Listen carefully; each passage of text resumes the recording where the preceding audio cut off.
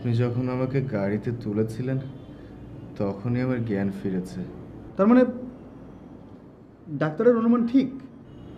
হ্যাঁ। আপনি তো ভাই খুব ঝামেলার লোক।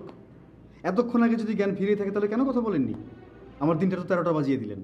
আরে ভাই একটু কথার কথা বলতেন, আপনার নাম ঠিকানা জানতাম, আপনার বাসায় খবর দিতাম, তারা এসে আপনার দায়িত্ব নিত, আমি আমার কাজে চলে যেতাম। I am sorry. আসলে আমি ইচ্ছে করে কথা বলিনি। আপনি তো ভাই খুব খারাপ লোক। এদিকে খিদে আমার পেটটা চোচো করছে, আপনাকে রেখে যে আমি কোনো রেস্টুরেন্টে খেতে যাবো তারও কোনো উপায় নেই। আচ্ছা শুনুন, এই যে এই হলো আপনার মানি ব্যাগ, এখানে 4,900 টাকা ছিল, আমি হাসপাতালের অ্যাকাউন্টে জমা দিয়ে দিয়েছি। আর এই যে আপনার মোবাইল, আর এই হলো আপনার গাড়ির চাবি। সব কিছু বুঝে নিন, আমার দায়িত্ব শেষ। আল্লাহ হাফিজ। ভাই ভাই, আপনি তো আমার জন্য অনেক করেছেন। আর একটু বসুন না, আপনার সাথে আমার কিছু জরুরি কথা ছিল। কিন্তু ভাই আমার যে ভীষণ খিদে লেগেছিল। প্লিজ। ঠিক ঠিক আছে ঠিক আছে, এতক্ষণ যখন নাকে থাকতে পেরেছি আরও কিছুক্ষণ পারবো, বলুন। ইয়ে মানে আমার বাবা বিজনেসের কাজে সিঙ্গাপুরে গেছেন। একটু আগে আমার বোন ফোন দিয়েছিল, আপনি তার সঙ্গে কথা বলেছেন। আপনি দেখবেন কিছুক্ষণের মধ্যেই মাকে নিয়ে এসে চলে আসবে। কিন্তু আমার হয়ে আপনাকে কিছু মিথ্যে কথা বলতে হবে। মিথ্যে কথা? কীরকম? আমি বলছি, তার আগে আপনি বলুন, প্রমিস করুন আপনি আপনি মিথ্যে কথা বলবেন। আচ্ছা সে না হয় রাখবো, কিন্তু আপনার কেসটা কি? আমি আপনাকে সব বলছি, সব। আচ্ছা ঠিক আছে, বলুন কী কী ঘটনা আপনার।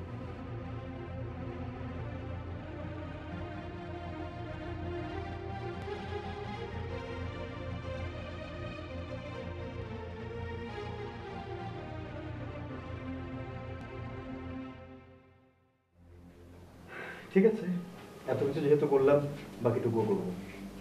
থ্যাঙ্কস। আসছি একটু। কি হয়েছে বাবা? কি হয়েছে তোর? অ্যাক্সিডেন্ট করেছিস? ও মাই গড! কিন্তু মা দেখে তো মনে হচ্ছে মারামারি করেছে, কিন্তু ভাইয়া তো। আরে না না, এত অস্থির হোস না, তেমন কিছু না মা। কখন হলো, কিভাবে হলো, তা আমাদেরকে জানাসনি কেন? আসলে ছিনতাইকারীর পাল্লায় পড়েছিল। তুমি কি?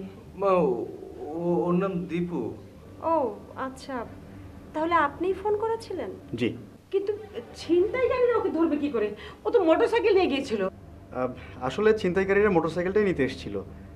ওমর সাহেব এর মধ্যে মারামারি করতে গেলেন। ওরা সংখ্যায় বেশ কয়েকজন ছিল, 4-5 জনের মতো। আর ওমর সাহেব ছিলেন একা, এই জন্যই। তো কেন ওদের সঙ্গে মারামারি করতে গেলে কেন? গাড়িটা দিয়ে দিলেই হতো। ওদের সঙ্গে রিভলভার, ছুরি টুরি এসব অনেক কিছুই ছিল। ভাগ্যিস কিছু ব্যবহার করেনি, তার আগে আমি দেখে ফেলেছি। লোকজন নিয়ে ছুটে যেতেই। আচ্ছা, ঘটনাটা কোথায় ঘটেছে আর কখন ঘটেছে? এই তো 11টা-12টার দিকে, ওই যে কি যেন নাম পার্কটার? ওই মা, গুলশান পার্ক। হ্যাঁ জি। তুই আমাদেরকে জানালি না কেন? কি করে জানাবে, ওনার তো জ্ঞানই ছিল না। আপনি জানতেন? দেখুন, আমি মফস্বলের ছেলে, স্মার্টনেসের একটু অভাব আছে। আমি কিছুতেই বুঝতে পারছিলাম না যে কী করে আপনাদেরকে আমি জানাবো। অথচ ওমর সাহেবের মোবাইলটা আমার হাতে, স্টোর করা যে কোনো একটা নাম্বারে কল করলেই সব কিছু বের করা যেত।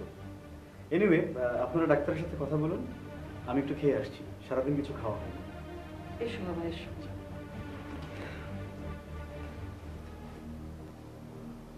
ইয়ে, আউফ, উফ। খুব ব্যথা। একটু সাবধানে চললে কি আর এত কিছু হতো? তোমার ছেলেকে বোঝাও, সব সময় বেশি। ফুফু, এক কাপ চা দাও। কি চা, এক কাপ চা দাও। কস কি তুই? তোরে তুমি এক কাপ চা? ওই সেরা, তুই কি পাগল হয়ে গেছস? না, পাগল হই নাই, আগে পাগল আসলাম, অহন ভালো হয়ে গেছি গা। অহন তো তুলাসরা পারি না। তা আজকা তোর চা খাওয়ানোর আল্লাহ তোর লোকে। বাড়িতে কেউই নাই। অহন এবারের মালিক তুমি আর আমি। সাহেব গেছে বিদেশ, আর যে তিনজন আছে তারা কে কই আছে কিছুই জানি না। অহন তোমার কোনো কাম কাজ নাই। অহন 2 কাপ চা বানাও, বিস্কুট দিয়ে মজা করে খাই। ভালাই তুইছস, খারাপ চা বানাই।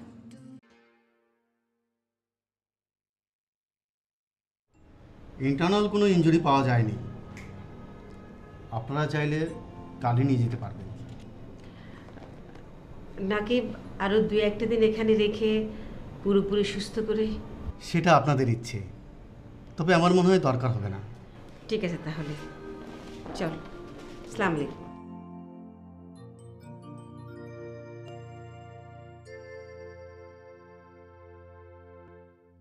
ফুফু, তোমার কথা উল্টা দিলাম। কোন কথা বাজান? ওই যে তুমি কইছিলা যে কাম বেশি কথা কম, আমি তোমার কথা উল্টা দিলাম। অন কথা বেশি কাম কম। অন আমি কাম করমি না, তো কথা কম। চুপ কর বাবা, চা খা।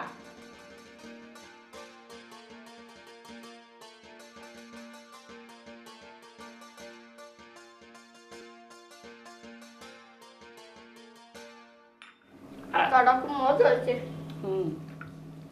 মজা করে বানাইছি, খা। আপনি আমার জন্য যা করলেন।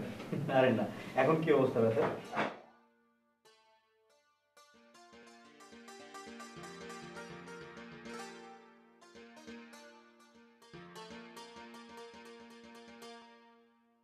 আন্টি, ডাক্তার কি বললেন? না, কোনো সমস্যা নেই, কালই বাড়ি নিয়ে যেতে পারবো। Thanks god. এবার তাহলে আমি যাই। এসো বাবা। ওমর সাহেব, ভালো থাকবেন। Best of luck. আপনিও ভালো থাকবেন। আসসালাম।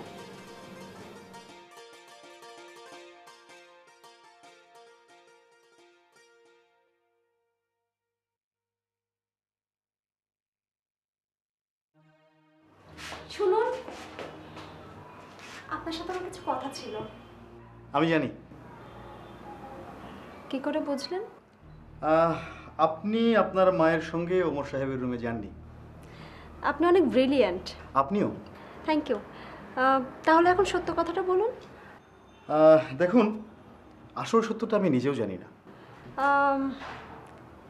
যতটুকু জানেন ততটুকুই বলুন। আমি আসলে কিছুই জানি না। পাকে চক্রে আপনার ভাইয়ের সঙ্গে জড়িয়ে গেছে। তবে আপনাকে নিয়ে একটা মুশকিল আছে। আমাকে নিয়ে? কি বলুন তো? আপনার চোখটা না এমন, একেবারে স্ক্যানারের মতো। তাকালেই মনে হয় আপনি ভেতরকার সব কিছু দেখতে পাচ্ছেন।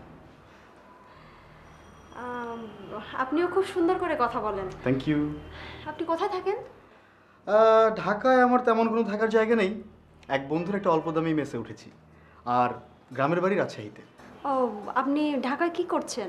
লম্বা স্টোরি, অন্য কোনো সময় বলবো। কিন্তু আপনার সাথে আমার দেখা হবে কিভাবে? ও আচ্ছা, আমার পকেটে একটা মোবাইল আছে, প্রিপেইড। ভেবেছিলাম আজকে ফ্লেক্সি করব অথবা কার্ড কিনবো, ঝামেলা করে করা হয়নি। ওই নাম্বারটা আপনি তুলে নিন। নাম্বারটা হলো 0167263।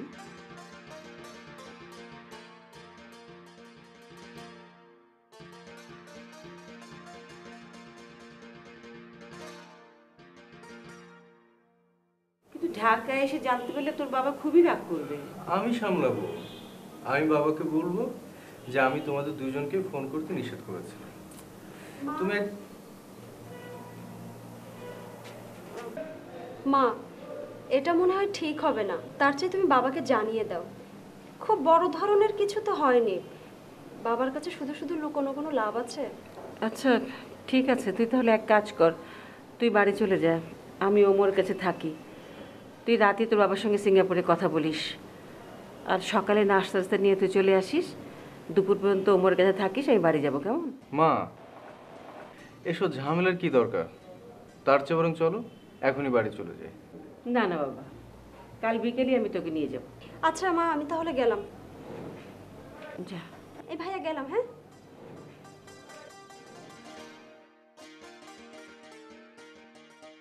পরি পরি পাপা আসো।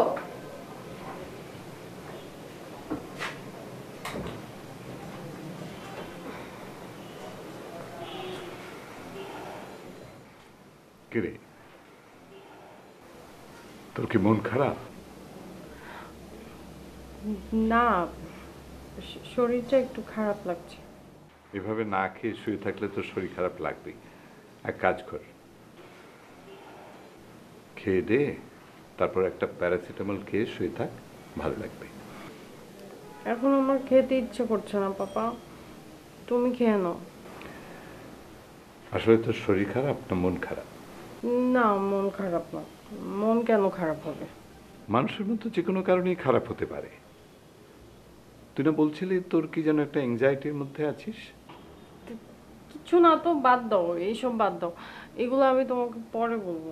এখন তুমি যাও, আমি ঘুমাবো। Good night. ঠিক আছে,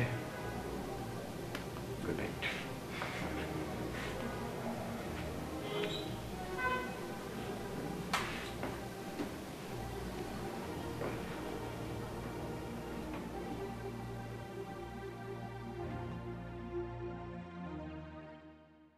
পরি, ক্ষুধা লাগছে, কিছু খাইতে দে।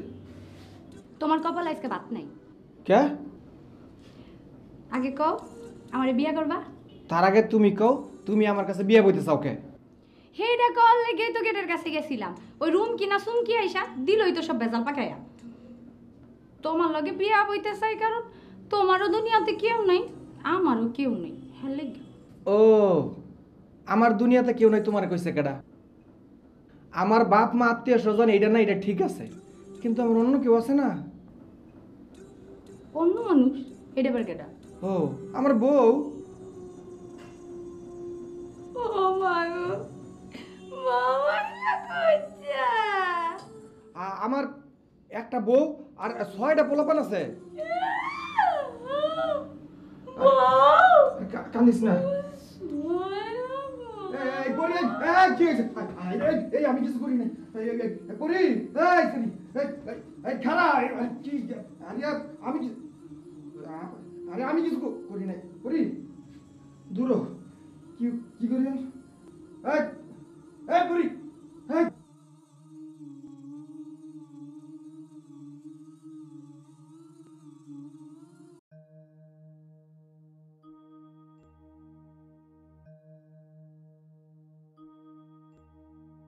হ্যালো। হ্যালো, এটা কি মুনার ফোন নাম্বার? আমি রাখি বলছিলাম, ওমরের ছোট বোন।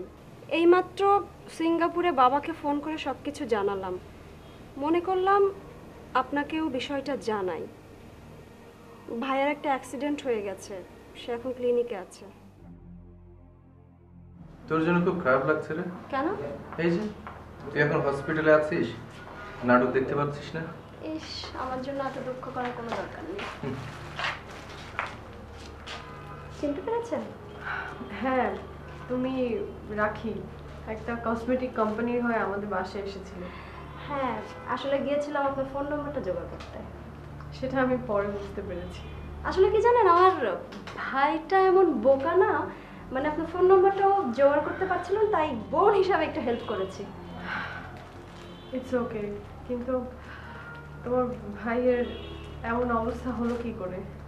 ও ঠিক আছে, আপনি বসুন, বসে দুজন কথা বলুন, দেন সব কিছু জানতে পারবেন। হ্যাঁ ভাই, আমি একটু বাইরে যাচ্ছি। হ্যাঁ প্লিজ, আসি।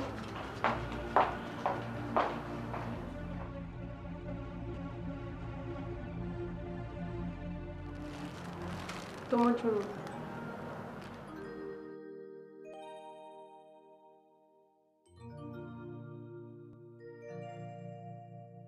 কেমন আছো ওমর? ভালো, একেবারেই ভালো আছি। এটা তোমার রাগের কথা?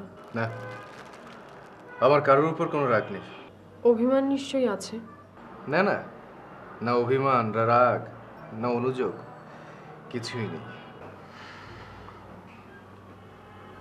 আমি আসলে এরকম চাইনি।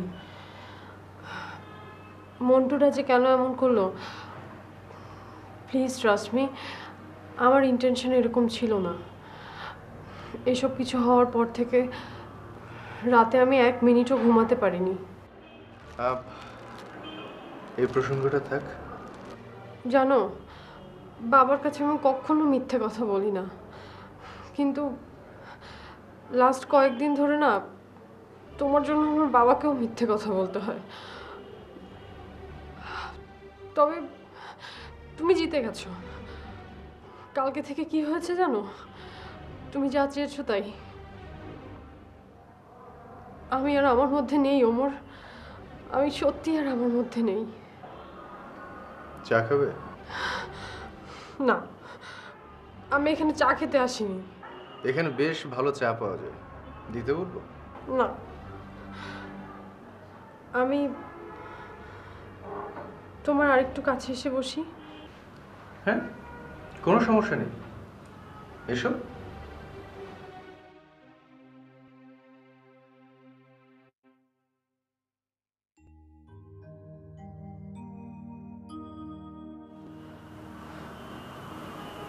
Omar, I am really very sorry.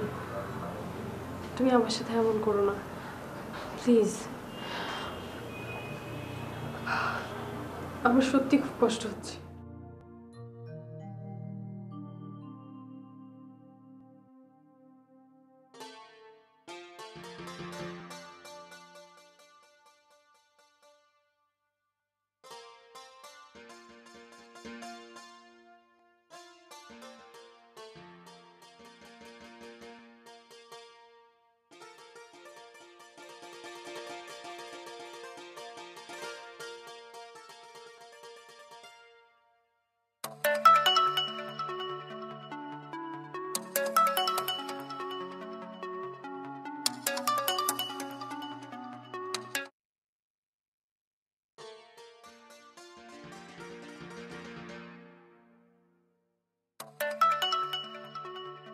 Dipu, ফোনটা ধর, তোর প্রয়োজনে ফোন হইতে পারে।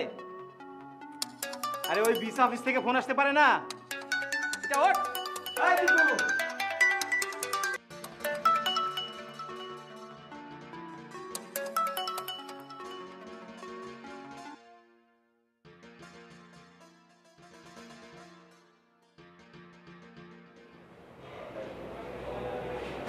আশ্চর্য মানুষ, ফোনটা কেটে দিল।